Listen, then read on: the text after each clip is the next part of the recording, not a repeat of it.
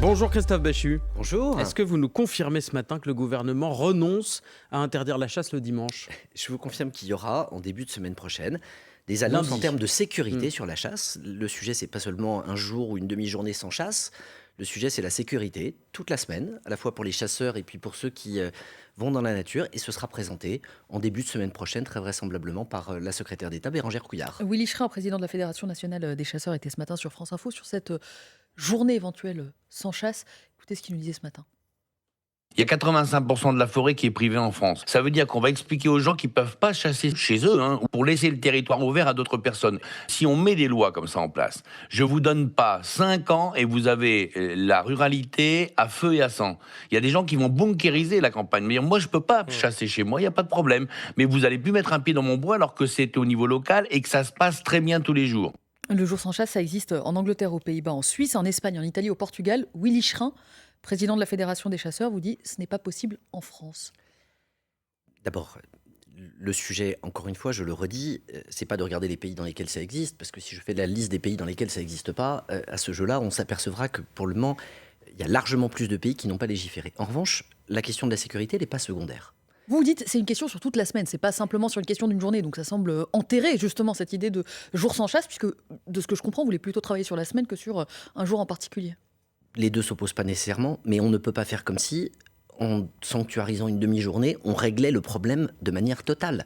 Et on sait que derrière, c'est plutôt la question du partage de la nature au sens large qui se pose, avec parfois d'autres conflits d'usage, moins spectaculaires, qui font pas la une des journaux, mais entre des vététistes et des promeneurs, entre d'autres types d'usages. Donc à ce stade, je le redis, il y aura un temps à la fois de présentation de ces annonces et ensuite de discussion et La décision vraisemblablement n'est pas à la prise fin un temps de débat législatif, Alors, parce on que se parle- quelles que soient les mesures... Attendez, il y aura des annonces lundi, mais ensuite il y aura un débat et finalement un texte qui peut être différent. Ce que je veux dire, c'est que des annonces, elles vont devoir ensuite, pour prendre effet, passer par un texte de loi. Vous ne pourrez pas juste vous contenter de faire une annonce, quelles que soient d'ailleurs ces annonces en termes de sécurité, en disant ça s'applique à partir de demain. On est dans un pays de droit. Dans ce pays, il appartient au gouvernement d'aller proposer des choses, mais il faudra ensuite que la représentation nationale les valide, même sur un sujet qui semble faire consensus, compte tenu de l'interview que vous avez fait ce matin avec le président de la Fédération nationale de la chasse, comme l'alcoolémie. Ça ne se fait pas en un claquement de doigts. Il faut un texte, il faut une base, il faut expliquer dans quel contexte vous le faites, quelles sont les sanctions qui sont encourues. Donc, on est au début d'un processus, on est dans la suite d'une réflexion sur les questions de sécurité, quelques jours avant des annonces qui vont elles-mêmes amorcer un débat et ensuite un texte. Information de Paul Barcelone du service politique de France Info. Donc ce délit d'alcoolémie va être créé selon les informations de notre service politique. Le délit d'alcoolémie concernant les chasseurs pendant notamment les battues. Est-ce que vous nous confirmez que cette piste de réflexion a été entérinée ? Cette décision a été entérinée ? Je vous confirme qu'il y a plein de sujets qui sont en train d'atterrir pour les annonces qui auront lieu Mais lundi et je que la comprends, en question train de d'atterrir, l'alcoolémie... C'est-à-dire que vous nous dites qu'à ce stade, à l'heure où on se parle, vendredi matin, il n'y a aucune décision qui est sanctuarisée. Non, je suis en train de vous dire que vous venez d'expliquer qu'il y aurait lundi des annonces et qu'aujourd'hui nous sommes vendredi. Bon, en tout cas, les informations de France Info sont qu'il y aura un test d'alcoolémie. En gros, ce Il sont les mêmes règles. il se trouve que pour les infos de France Info sont souvent très justes, même quand elles devancent la Merci, communication Christophe gouvernementale. Je ne vais pas aller plus loin, mais à ce Mais stade... l'idée, ce serait les mêmes règles pour la route et pour la chasse. Attendez, C'est ce que lundi. réclame Willy Schrein lui-même. Eh bien écoutez, s'il le réclame, il Vous sera allez lui content, donner il raison. sera content lundi. Une dernière chose, est-ce qu'il faudra, est-ce que vous encouragez les Français à l'avenir à télécharger une application pour pouvoir savoir où les chasseurs seront en train de se Je déployer? serais ravi qu'on en reparle de quelques jours. Bon, on verra ça avec vous, Christophe Béchu. Vous reviendrez pour nous détailler ces annonces. À vous, Naïla Latrousse. La fin de l'enquête sur l'empoisonnement des Antilles au chlordécone. Les juges d'instruction ont prononcé un non-lieu lundi. On a su sa décision hier. Les faits sont prescrits, disent-ils. Ils parlent tout de même de scandale sanitaire. Je rappelle que le chlordécone, c'est un pesticide qui était interdit en métropole dans les années 90, mais il y a eu une dérogation pour l'autoriser dans les bananeraies en Guadeloupe et en Martinique jusqu'en 1993. 90% de la population adulte de ces départements contaminés. Un taux d'incidence du cancer de la prostate parmi les plus élevés au monde. Un scandale sanitaire donc, mais un non-lieu. Est-ce que vous soutenez les élus et les habitants qui veulent faire un appel? Et puis surtout, est-ce que vous parlez de fiasco concernant la gestion de cette affaire? D'abord, on est face à une décision de justice et critiquer une décision de justice, ça emmène toujours, quand on représente le pouvoir politique, dans une pente qui peut être dangereuse sur la séparation des pouvoirs. Ensuite, il y a deux choses. Est-ce qu'il y a un scandale chlordécone? Est-ce qu'il y a des conséquences sanitaires avec des empoisonnements de population qui ont donné lieu aujourd'hui à des faits qui sont documentés? Personne ne le conteste. La question qui était posée aux juges, c'était quelle poursuite pénale éventuelle et contre qui ? Et la réponse des juges, c'est pas de nier l'effet du chlordécone, c'est de dire on est en 2022, on est en train de discuter de quelque chose qui s'est déroulé au début des années 90, pour lequel on a à la fois des difficultés de prescription pénale et des difficultés d'identification des responsabilités. Et donc ça n'est pas une manière d'aller nier ni la réalité du scandale, des difficultés, de ceux qui ont été marqués dans leur chair par l'ensemble de ça. C'est une décision sur une question pénale précise. Ça n'est pas une remise en cause à la fois de la peine de ces populations et du préjudice qu'elles ont subi. Mais qu'est-ce que vous dites à ces populations ? On leur dit là, il y a un scandale, effectivement, c'est scandaleux ce qui vous est arrivé, mais la justice ne passera pas. Non, la justice dit on ne peut pas identifier un responsable et faire en sorte de le condamner pénalement compte tenu des délais dans lesquels nous sommes. Mais qu'est-ce que vous dites à ces personnes ? Ce que c'est je dis, difficilement entendable. Mais dans des quantités d'affaires, et parfois des affaires qui sont individuelles au lieu d'être collectives, on est capable d'identifier quelqu'un comme étant l'auteur présumé d'un crime, mais d'expliquer qu'on ne peut pas le poursuivre parce que les faits sont prescrits.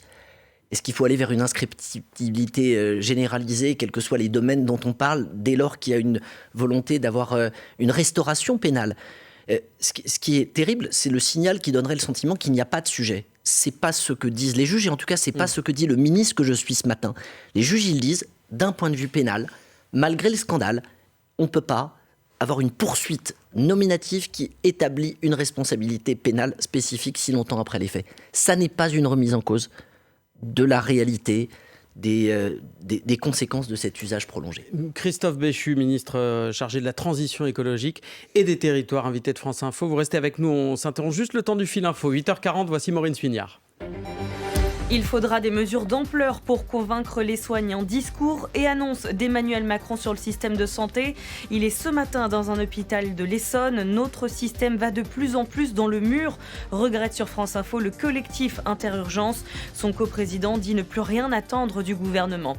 36 heures de trêve annoncée, trêve unilatérale décrétée par Moscou pour le Noël orthodoxe. Elle doit débuter à 10h heure française, mais Kiev estime que ce n'est qu'une stratégie pour l'empêcher d'avancer sur le terrain. Ils ont déjà voté 11 fois, mais la Chambre américaine des représentants n'a toujours pas de président. Les élus américains ne tombent pas d'accord. Les républicains sont majoritaires, mais le candidat favori est jugé trop modéré par les quelques élus très conservateurs. Des élus classés trumpistes, mais qui n'écoutent plus l'ancien président. Et voici les clubs de Ligue 1 en Coupe de France, 32e de finale dès cet après-midi, avec Strasbourg-Angers et Montpellier-Pau à 18h. Et ce soir, le PSG joue contre Châteauroux, mais Mbappé, Messi et Neymar ne font pas le déplacement.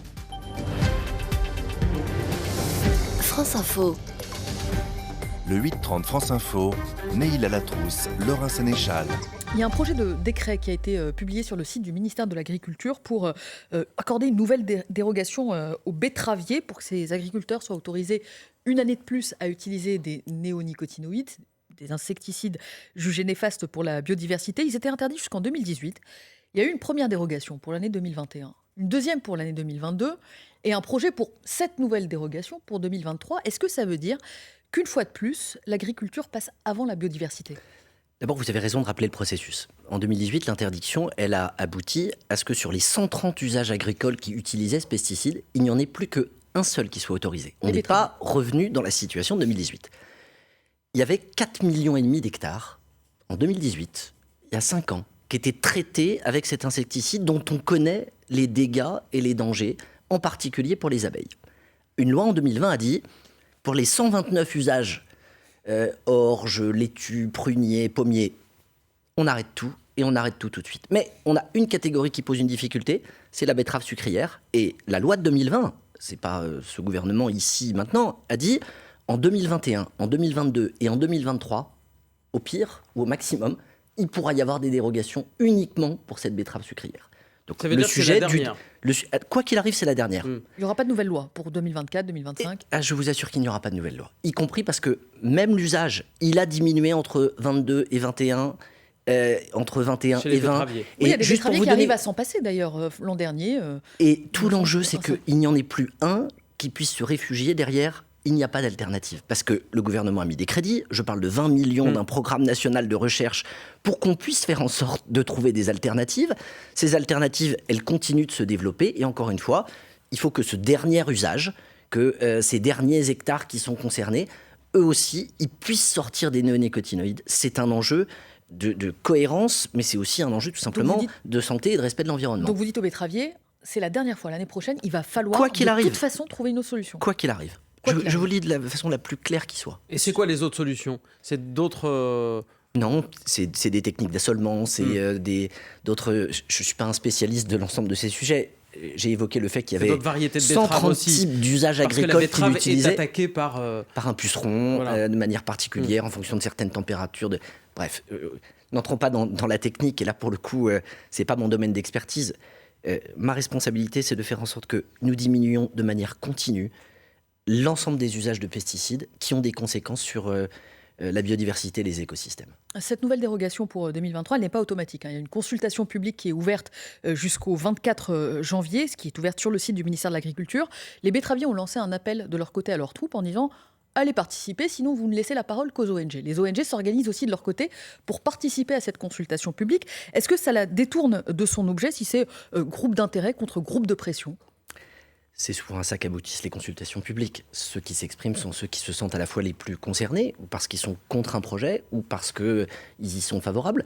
C'est ce qui existe quand vous conduisez une concertation, aussi bien sur un projet local que sur un projet national. Encore une fois, on est dans ce processus de concertation qui, quoi qu'il arrive, existe pour la dernière fois sur le sujet, compte tenu de ce que dit la loi de 2020, et pour lesquels on aura dans quelques semaines les conclusions de tout ça. Et le gouvernement suivra l'avis du public quel qu'il soit, c'est-à-dire que si la consultation publique aboutit à une très forte opposition de cette nouvelle dérogation, le gouvernement ne signera pas le décret.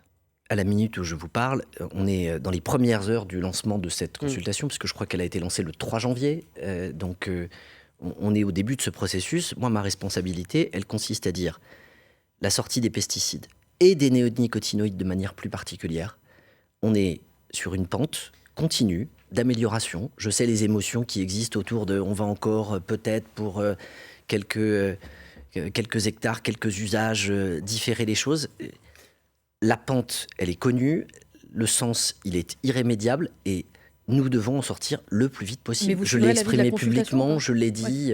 Mais l'avis du public, il a vocation à guider la décision du gouvernement ou c'est un avis consultatif? C'est-à-dire que si une majorité de personnes s'expriment contre la nouvelle dérogation aux néonicotinoïdes, le gouvernement peut dire en février, nous signerons quand même la dérogation. Il ne s'agit pas d'un avis conforme, il s'agit d'un avis informatif pour être capable d'accompagner les autres éléments de décision. Christophe Béchu, tout augmente évidemment, 15% de hausse pour les tarifs d'électricité depuis quelques jours, bientôt c'est le gaz qui va augmenter en février de 15% également. Et ce qu'on avait peut-être moins anticipé, c'est la hausse du prix de l'eau, jusqu'à 20% en plus pour le mètre cube dans certaines communes. Est-ce qu'il va y avoir un bouclier tarifaire? Est-ce qu'il est prévu pour le prix de l'eau également?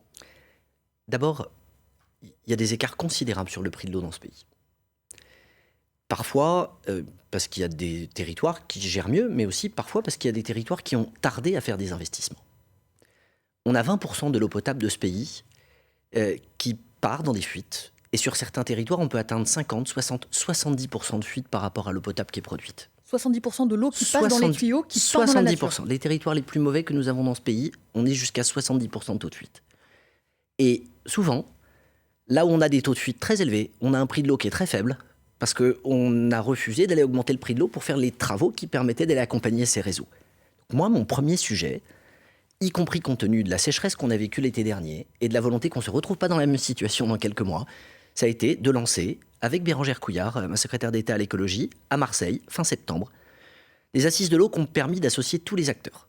On a reçu hier une partie des pré-conclusions, et à la fin du mois de janvier, nous indiquerons des mesures pour lutter contre les fuites, pour faire en sorte d'aller diminuer les usages, pour regarder comment on réutilise des eaux traitées, bref. C'est-à-dire une enveloppe de l'État pour que les collectivités puissent faire des travaux Attendez, à l'intérieur de tout ça, le sujet, c'est pas qu'on aille apporter des subventions à des gens qui ont différé des travaux qui étaient nécessaires et de demander à ceux qui ont payé un juste prix d'aller compenser ceux qui n'ont pas payé parce qu'on a refusé de faire des travaux. Il y a les bons élèves et les mauvais élèves de la gestion. Il faut qu'on ait des mécanismes qui permettent d'accompagner ceux qui ont des besoins, mais il ne faut pas qu'on se substitue à des décisions qui consistent à ce que l'eau ait un prix. Vous savez, quel mécanisme? À la fin, comment on fait? Ce qui n'a pas de coût, ça n'a pas de valeur et on le gaspille. Donc il faut à la fois des mesures qui permettent d'éviter les conséquences pour les Français les plus fragiles, mais pas basculer dans un système où on anesthésie l'effet prix et où on a le sentiment qu'on gaspille. Chacun d'entre nous, Français, on consomme 148 litres d'eau potable par jour. De ce que vous nous dites qu'il y aura des annonces fin janvier, mais il ne faut pas pénaliser les communes qui ont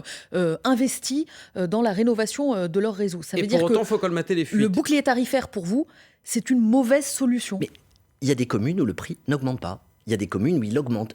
Vous avez autant de situations qu'il y a de territoires de gestion, parce qu'il y a plein de sortes. Et il faut mesurer une chose. Donc de ce que je comprends, c'est une fausse bonne idée, en fait. Ce que je veux dire, c'est qu'on a appelé nos concitoyens à la sobriété en ce qui concerne l'électricité, le gaz, parce que si on veut sortir des énergies fossiles, si on veut être au rendez-vous de la lutte contre les dérèglements climatiques, il faut qu'on s'habitue à consommer moins. Ce qui est vrai pour les énergies fossiles l'est pour l'eau, dans d'autres raisons.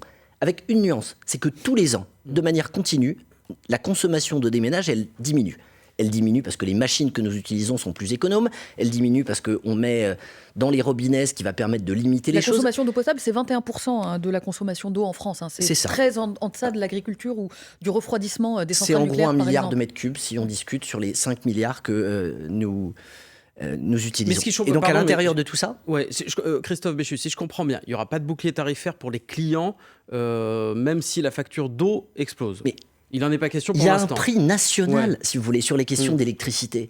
Vous avez des leviers, même s'il y a plusieurs fournisseurs. Là, on est face à un kaléidoscope territorial avec énormément de secteurs. Le client particulier ne peut pas choisir son fournisseur en France. C'est tout à fait exact. C'est au niveau de la commune. Donc il n'y aura pas de bouclier tarifaire. Et je n'ai pas bien compris qui allait payer pour colmater ces fameuses brèches dont vous nous avez parlé tout à l'heure, qui parfois entraînent une perte de 70%, vous nous dites, de l'eau potable. Aujourd'hui, la responsabilité de la gestion de l'eau, elle est au niveau des collectivités locales. Elle va le rester. Nous avons autant de situations que nous avons de collectivités locales. D'accord, mais vous nous dites à l'intérieur de ça, la première responsabilité, qui n'ont pas fait les travaux à le faire. Et en même temps, il ne faut pas qu'on paye pour ces mauvais élèves. Ce que je veux dire, c'est que l'État ne va pas se substituer à des travaux qui sont rendus nécessaires sur des territoires. Vous allez pousser il a communes vocation à accompagner ceux qui sont dans des situations qui sont très complexes, mais pas à se substituer à un prix qui soit juste et qui tienne compte des travaux qui parfois ont été différés pour de mauvaises raisons. Christophe Béchu, ce début d'année ressemble au fond à la fin de l'année 2022 avec des températures extrêmement douces. Est-ce que vous craignez une canicule pour cet été et est-ce que ça veut dire qu'il y aura de nouvelles restrictions d'eau? Où en sont les nappes phréatiques aujourd'hui à date? D'abord, ça fait des années que malheureusement la fréquence de ces épisodes caniculaires augmente. Et c'est pas parce qu'on a des températures douces en janvier qu'on augmente le risque d'avoir une canicule à l'été. Mais le fait est que ça s'accélère. Mais le fait est que ça s'accélère et le fait que la pente, indépendamment de ce que nous vivons maintenant, il n'y a rien qui nous laisse à penser qu'on n'aura pas à nouveau des épisodes de canicule pendant l'été qui arrive. La sécheresse, elle est liée à deux choses, à l'augmentation de ces températures et au déficit pluviométrique. On a eu de ce point de vue un début d'automne avec peu de pluie, globalement, et une situation que nous continuons à suivre et qui explique que nous ayons prévu dans quelques semaines, fin janvier, de faire des annonces sur l'eau. Parce que c'est pas en juillet que vous prenez des mesures contre la sécheresse. Il faut les prendre en amont. Elle est tout le temps. Aussi pour l'eau. Bien sûr. Christophe Béchu, vous restez avec nous. On va parler aussi de cette grève XXL, si j'ose dire, qui s'annonce dans les transports contre la réforme des retraites. Vous qui êtes ministre de la Transition écologique. D'abord le fil info, 8h51, Maureen Suignard. Les Occidentaux poursuivent leur livraison de blindés de combat, annonce des États-Unis et de l'Allemagne après la France. Livraison à l'Ukraine. Sur le terrain, Moscou annonce un cessez-le-feu de 36 heures qui débute à 10 heures. Pour Kiev, il s'agit d'une stratégie militaire qui a pour but de l'empêcher de gagner du terrain.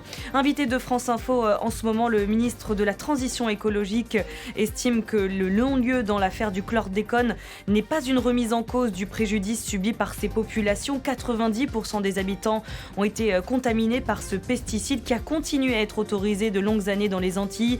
Les avocats des victimes vont faire appel. La direction affirme vouloir s'adapter aux évolutions du terrain. La Poste va mener des dizaines d'expérimentations à travers la France d'ici 2 mois. C'est une information France Info. Les facteurs distribueront les courriers un jour sur 2 et non pas quotidiennement. 1 heure de plus pour le Louvre. La présidente du musée le plus visité au monde sera ouverte jusqu'à 19h. Elle annonce sur France Info. Il sera ouvert jusqu'en 2023. 8 millions de visiteurs l'année prochaine. Les grands musées parisiens sont globalement satisfaits de cette année 2022 avec une forte hausse de la fréquentation. France Info. Le 8-30 France Info, Neil Alatrousse, Laura Sénéchal. Toujours avec Christophe Béchu, ministre chargé de la transition écologique et des territoires. Je vous repose la question que je vous posais juste avant le fil info. Où en sont les nappes souterraines aujourd'hui? Est-ce qu'on est en situation de sécheresse là à l'heure où on se parle? On est dans une situation de vigilance et il ne faudra pas attendre cet été pour à nouveau prendre des mesures de restriction. Vous dites que l'état des nappes doit nous pousser dès aujourd'hui à réduire la consommation Bien d'eau ? entendu. Durant l'été prochain, au cours de l'été précédent, j'ai pris un décret qui autorise à ce qu'on puisse prendre des mesures de restriction, y compris pendant l'hiver. Et dans les discussions que nous avons avec le Conseil national de l'eau, avec chacune des agences de bassin, et dans les décisions que nous aurons à prendre à la fin du mois de janvier, c'est précisément regarder où nous en sommes avant qu'on arrive au mois de juillet, pour prendre des mesures préventives et ne pas nous retrouver dans la même situation que celle qu'on a connue il y a tout juste un an. Le but du jeu, c'est d'éviter que le robinet ne coule plus, ce qui a été le cas cet été dans beaucoup de communes, notamment dans le Var. Vous avez raison, il y a plusieurs sujets. Il y a d'abord les communes qui sont privées d'eau potable. Ce sont les cas extrêmes. Tous les étés, il faudra s'y habituer à ce que dans certaines communes, le robinet ne coule plus.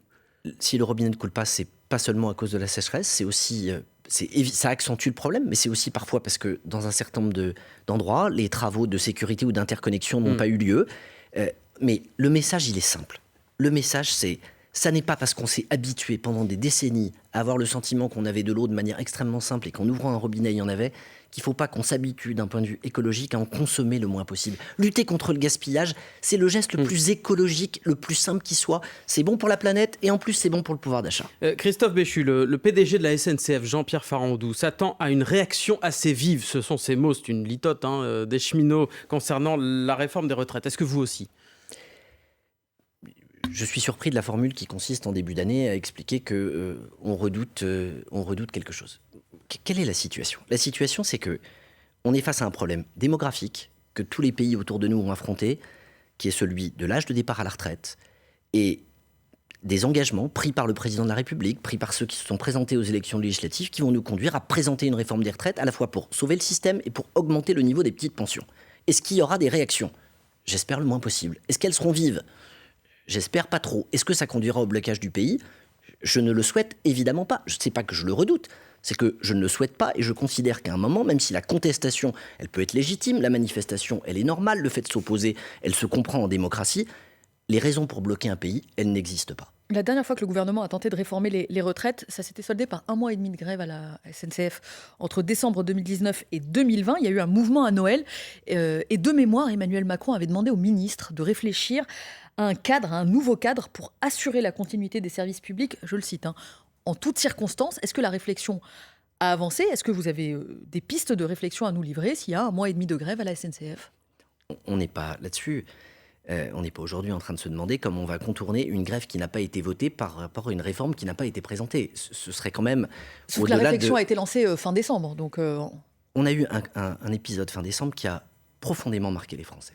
Parce qu'avoir une grève le week-end de Noël, déclenchée alors même qu'elle n'était pas à l'appel des organisations syndicales, mais ça a couvert choqué. par un préavis de grève. Mais couvert par précisément des préavis de grève flottants qui permettent de déclencher des grèves quand on veut, en dérogation pour le coup par rapport à l'esprit de ce que doit être à la fois et le dialogue social et le droit de grève. Et des quantités de Français ont été profondément choqués qu'on puisse, le week-end de Noël, qui est un temps familial, qui est un temps de trêve, surtout après une année 2022 qui à bien des égards avait été dure, utiliser ce moyen par rapport à des revendications qui étaient celles du droit de grève seulement... pour vous ?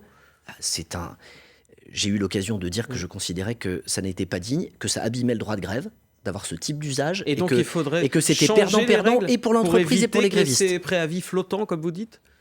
Ça ne me choquerait pas qu'on ouvre une réflexion, mais ce n'est pas une annonce. Le sujet aujourd'hui, encore une fois, c'est nous avons besoin d'une réforme des retraites dans ce pays. Elle sera présentée dans quelques jours. Il y aura ensuite un temps de débat et de vote dans un cadre démocratique qui est le seul qui vaille en République. Les amateurs de restauration rapide, ce sera ma dernière question. Christophe Béchu l'ont déjà constaté, fini les emballages jetables pour les sandwichs ou les frites depuis le 1er janvier. Les repas à manger sur place, s'il y a plus de 20 couverts, doivent être servis dans de la vaisselle réutilisable. C'est combien de déchets en moins dès cette année ? 200 000 tonnes, quand la mesure sera complète. 20 milliards de gobelets, de couvercles, d'assiettes, de couverts en plastique en moins à usage unique. Cet après-midi, à 14h30, je réunis les 25 plus grands acteurs de la restauration rapide pour faire le point avec eux. Je vous dis vous avez 200 000 demandé tonnes. d'aller plus vite. Certains disent on a du mal à faire la bascule vers ces nouveaux contenants réutilisables. On a 2 ou 3 sujets. Ceux qui s'y sont pris il y a 1 an, ils sont globalement au rendez-vous. Ceux qui s'y sont pris il y a 3 mois, ils constatent que c'est un peu court pour faire en sorte de pouvoir disposer de tout ça. On a un petit sujet. Le petit sujet, c'est qu'on constate environ 15% de clients qui pensent qu'ils peuvent partir avec cette vaisselle réutilisable le premier mois. Un phénomène de mode, apparemment. On Est-ce en que a- vous craignez que ça s'installe dans la durée Je crois pas, parce que dans une enseigne de restauration rapide célèbre dans laquelle je me suis rendu Oui, dès qui le est 2 rouge janvier, avec un logo jaune. exactement, Voilà. et qui est passé au mois d'octobre, ils ont constaté que c'était 15% le premier mois, 10% le deuxième mois, 5% le C'est la troisième petite mois. blague du début de... Voilà. La blague ou le fait que certains, sans s'en rendre compte, pensent vraiment que c'est une opération commerciale ou temporaire. Je l'exclus pas. Ce que je veux dire, c'est que Ils sont là pour durer, ces supports réutilisables dans les... ils sont là pour durer, Ouais. et c'est un enjeu très important, encore une fois. 20 milliards d'objets qu'on évite de jeter, 200 000 tonnes. J'ajoute Et donc que ne les gardez pas, parce que sinon, il faut en produire des Il nouveaux. faudra en produire et ça- davantage. Ça fausse totalement l'opération. Et j'ajoute Merci, que c'est une Christophe opération qui est Béchu. bonne pour le pouvoir d'achat, puisque un tiers de la vaisselle produite l'est en France pour cette même enseigne, ce qui permet en plus de générer des emplois. Là aussi, c'est bon pour le climat et c'est bon pour le pouvoir d'achat. Christophe Béchu, merci beaucoup. Merci Bonne à vous. journée à vous.